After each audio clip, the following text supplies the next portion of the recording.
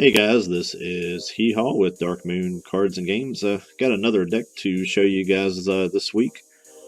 I put this one together as soon as I got Battle Styles codes in the trading card game online. I had it built before. Sort of a mixed metal box. Let's get in here and look at this thing. Like I said, the deck before was most of what you see here. But this is the addition of Bronzong from Battle Styles really is kind of what makes this, I think, a viable deck now. And Bronzong makes it be able to do so much more than it could before, at least the version I had built before. And also after building the Necrozma V deck, which was the last video we posted, and seeing how XP share helps that deck really maintain its consistency once it gets started, I wanted to add those here as well, so just kind of cut a few more cards, added those in with the Bronzong line, and basically a deck that I had built for, I don't know, at least the last year and a half or so is what you're looking at with just those changes here. But it is some pretty significant changes. And again, the reason for the changes there is Bronzong from Battle Styles has that metal transfer ability. I think everybody looked at this with Corviknight. The Corviknight VMAX, and I don't know if anybody else is using it. I don't really follow what other people are doing so much, so if I'm showing you something that's been done, I guess that's just what it is. The metal transfer ability, as often as you'd like, you may move a steel energy from one of your Pokemon to another. So it doesn't matter which Pokemon, what type, as long as it is a steel energy, and that does include these special steel energies, as long as they're on a steel Pokemon. As an attacker, nothing really to mention there. It does have a 3 retreat cost, resistance to grass, weakness to fire, of course, 110 HP, which would be nice if that was a little bit better, but that's pretty standard for Bronzongs over the years. I think more often than not they've been less than that. So, but what this allows you to do, and really the core of this deck, if you wanted to play this just the most simple way, it's just Bronzong and Zacian V, and then just switching back and forth between two Zacians and moving the energies back and forth. You can play the deck just like that and kind of ignore everything else here. I don't think we need to explain what Zacian V does at this point, but his Intrepid Sword ability is it just adds so much consistency to this deck. And he is really the best attacker. He tops out at 230. There's only one other Pokemon in here that can surpass that, and it takes a lot of work to get past that one. We'll get to him in a minute. So 3 copies of Zacian V. 2 copies of Zamazenta V, mostly just for the Dauntless Shield ability. Prevents all damage done to him from your opponent's VMAX. Only from VMAX, not anything else. But if you come up against a deck that you know is just going to be attacking with like a Eternatus VMAX or Dragapult, something like that, you want to identify that quickly and shift to this. And pretty much just ride this guy for the whole game. A lot of times that just ends in a scoop if they see that you've recognized that as well. As far as against anything else, he does have pretty decent HP. You can there's a cape in here, so you can put that on it and drive it up to 280. So you can kind of be a finishing attacker. I don't like to use him unless I'm against VMAX, or sometimes you just start with him, and if he's there, you might as well use him. That's the theory on pretty much everything. 2 of those guys, and then the Lucario Melmetal GX is still in here, even though this guy will rotate out. This deck will function fine without him. He just does give you a little bit more defense. And really for the format right now, especially with ADP in it, Full Metal Wall GX is able to knock a bunch of energies off. It's pretty devastating to Pikarom too for people that are still playing that deck. But just adding the 30 damage protection to your steel Pokemon makes them a little tougher. And again, he can function as a extra attacker as well, but doesn't really give anything there that anybody else couldn't give you. So it won't be hard to replace him after rotation. From the old format too, mostly because of ADP, and I guess really Eternatus as well. Maywild GX, if you can make somebody bench a couple Crobats when that doesn't give them any benefit, or make somebody put their Dedenne GXs down with his Captivating Wink ability, that's usually pretty devastating to folks, and I've had a lot of people just scoop after you do that. If you get lucky and can hit their big hand, get those guys out of their hand before they can use them. Again, really his only function there, he again can be a backup attacker out of desperation, but if you don't see an opportunity to use this guy in a game, I don't ever put him down. But while he's in the format, he is pretty functional there as well. Then I threw in one Duraludon V. I have a, you go back into my archives there, I forget how long ago it was, I did just a straight Duraludon V video. Probably worth revisiting him with Bronzong out now as well, but that's just a topic for another day. Gatling Slug, it only does 130 damage with 3 energies on it, but it does increase by increments of 40 for each steal. So, in theory, if you can keep this guy alive and bounce him back and forth between 2 Duraludon V, those can climb to some pretty stupid numbers. But again, I just have one in here. You get that one spot where you have maybe up against a big VMAX and you've got enough energy in play. You drop this guy, move all the energy to him, and just nuke something. I think I mentioned he goes 130 and goes by 40s from there. So he goes 170, 210, 250, 290, 330, then 370 if you get to 9 energies. If you're up against anything that needs more than that, then just concede and run away. Because anything beyond that is not something I'd want to deal with. And plus, Duraludon V has always been one of my favorite characters from Sword and Shield, so a chance to throw him in there, I do. Threw in the baby here as well. So many people playing hammers right now. It's just nice to have an extra way to get energy back. And I guess if you get into a game against something that's blocking Vs or something like that, it gives you an option there as well. But he's probably not going to carry you through that game. What else have we got there? I've got 2 Crobats in here. I did have the Denes. I swapped these to Crobats just because I am trying to slowly transition this whole deck just to a standard list. But haven't got there yet. I've still got a few older cards in there. That's pretty much it on the Pokemon. To the supporter line, that's where the biggest transition will have to go. I've got 4 research, 2 Marnie, 2 bosses orders, and then I've got my mix of tag team guys. I did cut a couple copies of these. I cut a Mallow Lana and a Cynthia Caitlin to squeeze in the Bronzongs in the XP share, and I cut another tag call out there as well. But one Caitlin, Cynthia Caitlin's still there, just a draw card. Unless you get a supporter back, so you can recycle your Mallow and Lana if you need it, or a boss, or whatever. Use Mahalo again. This is one of those decks where he's just really good, because I do kind of play a little mix of tools in here. This lets you get Stadium, Tool, and a special energy. So, been pretty beneficial right now, but not something that is essential. It can be easily swapped out for something else under the new rotation. Kept one Mallow and Lana. The healing 120 in this is still pretty good in this deck. The switch is kind of more important, really, for the Mallow and Lana. So even without the heal, this could just be replaced for a switch or an escape rope or something like that. And let's see, I think that's it on the supporter line. Let me show tag call there. Kept 2 of these, originally had 3. Just to get, because it lets you, in this deck right now, lets you get all those supporters and Lucario Melmetal, which is pretty nice. I got 1 escape rope, got 4 metal saucers, 2 communication, 4 quick ball, 1 stamp, 3 switch. Nothing out of the ordinary there. 1 chaotic swell.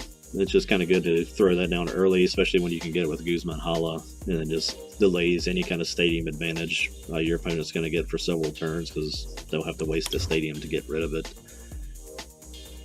Got one air balloon. Again, future versions of this are probably going to have more. Probably at least 2, maybe 3 balloons, so you can swap pretty freely between Zacian, but that's mainly what he's for. Air balloon on one Zacian, then you use switches to switch from the other. 1 Cape of Toughness. I had multiple ones of these in here. Just got 1 now. I don't know how many times I make the same mistake every time I play this thing. It's one of those things that's just a dead spot in my brain. I can't get it just locked in there. I play this thing down on Lucario Melmetal so many times when I play this deck, and it's wasted. Just thinking that he's for basics, but he does not work on GX. So try to remember that when you play that. I'll try to tell myself to remember that when I play it as well, because apparently I cannot. And then, like I said, I squeezed in 2 shares. Not quite as essential, but being able to save a couple energies from a knockout, even just 1 is sometimes enough to kind of keep this thing flowing. But if you watch the Necrozma list video, I think you see how well that works there. You could probably expand those if you wanted to. For energies there, we have 3 coding energies just to make weakness not an issue if you come up against anybody still playing Resh Zard or Cinescorch. That makes those games a little bit more even back and forth. And then 7 basics. I've got the 1 capture energy in there, which again is okay. I don't really like it in here as much sometimes because so many of these guys, Zacian and Duraludon, they benefit from having steel energy on it. So when you have that 1 energy that you have to play down, it doesn't really help those guys as much. I might look at taking that one out here in the future. It's nice in here because you can actually use it with a Full Metal Wall to get somebody else in play before you do that GX move,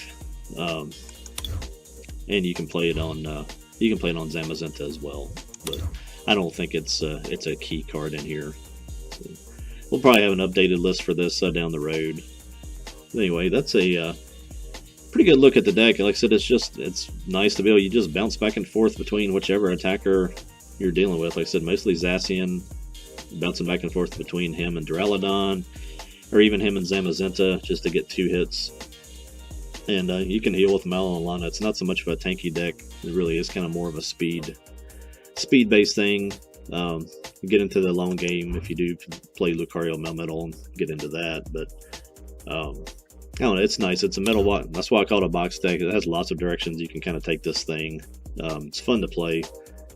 Let's see if we can get some games with this and see how it performs against a couple of random decks here that we found in the trading card game online. Alright, so I won the coin toss, and I do like to go first with this because Zacian kind of fixes that not being able to play a supporter problem. I've got a pretty decent looking hand, so I can seek him out. I'm gonna put the share down just so it doesn't get Marnied away. It really doesn't matter where the share ends up as long as energy goes somewhere. I'll attach and then Intrepid Sword, and that's perfect. Got energy attached. I can evolve next turn. I see a Rangaroo there. This looks like this is ADP by the boxes and the sleeves. Not knocking those who play this deck. I'm just really tired of playing against it. ADP in its purest form, when you go second, you attach a water, then Metal Patch and energy, switch it up to get that first turn Altered Creation. I think is unbeatable. Because after that, you just catch a Dedenne and knock it out with ADP, and then charge his ass in at the same time, and catch something else, and that's the game. But let me play my turn here, and we'll keep talking about that. Let's go and evolve. I do. He's got a big hand over there. I got my Mawile, so I'm guessing there'll be something to bench here. There's Eldegoss.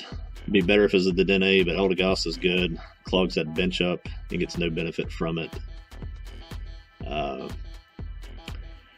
I'm going to be going for my Full Metal Wall here, which would be, I can achieve that already. We'll see if we can get some more energies in play. I know I'm going to do that this turn because I can knock that water energy off. Want to get that done. Don't really want to overplay my hand beyond that. Looking at my stamp, he has a really big hand still, so let's go ahead and at least take that down to 6. And we'll transfer up. Again, this is the other way. I'll talk more about beating this deck, but this is kind of how you start down that road. Go after the energy on it. There's my Full Metal Wall. Like I said, it's a really basic deck. People kind of muck it up with all these tricks and hammers and counters, and once they do that, it just makes it much easier to beat, I think. Because all you have to do is just kind of manage their hand size with cards like Marnie and Stamp. And depending on what you're playing, if you have a way to do it like this deck, control their energy a little bit. And if you knock out that ADP first,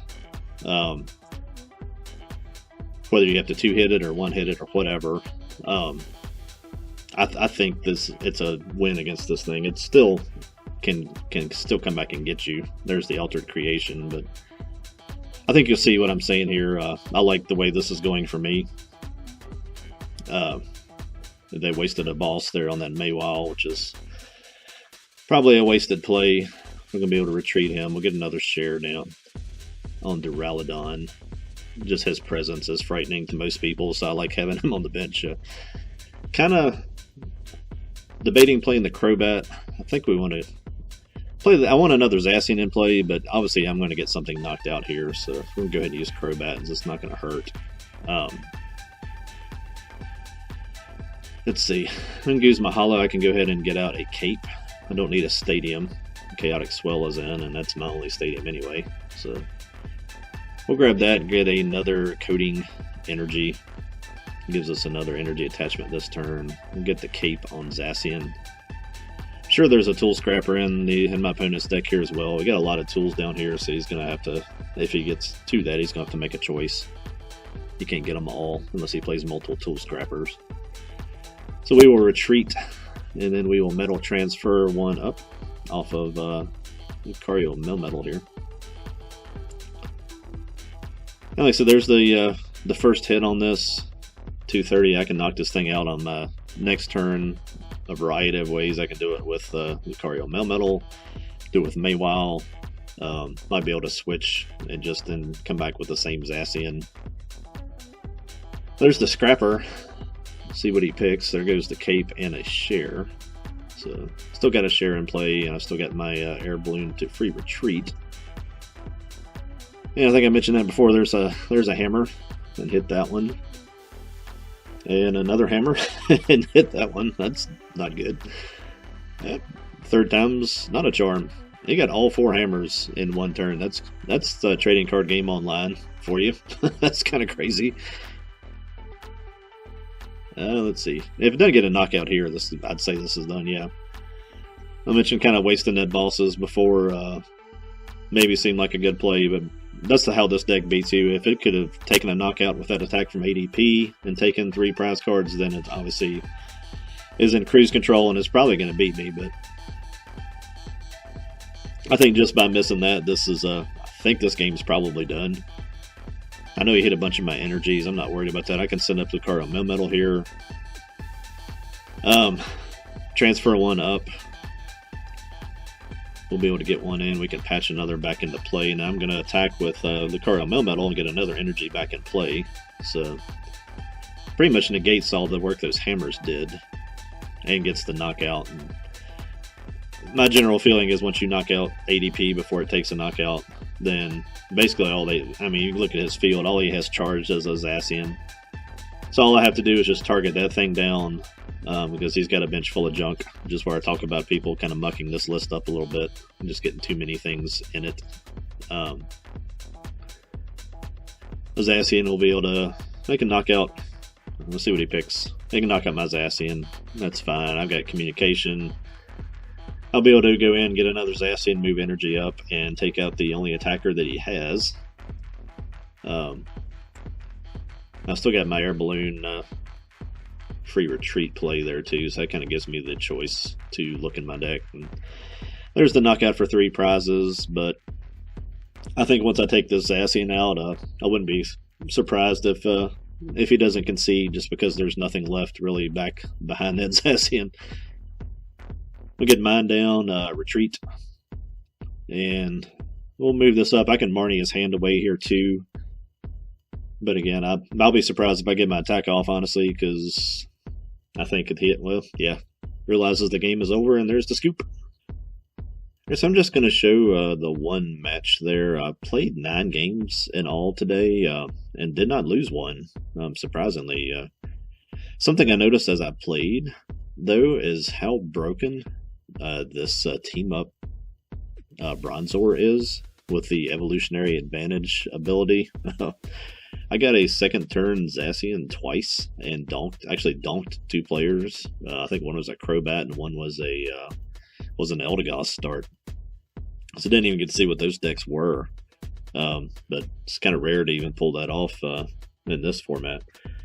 Also let me get a first term full metal wall in one of the games, which again just kind of led to a 4 or 5 turn game that they scooped just because it was kind of dominating. But then played a very good game against Pikarom.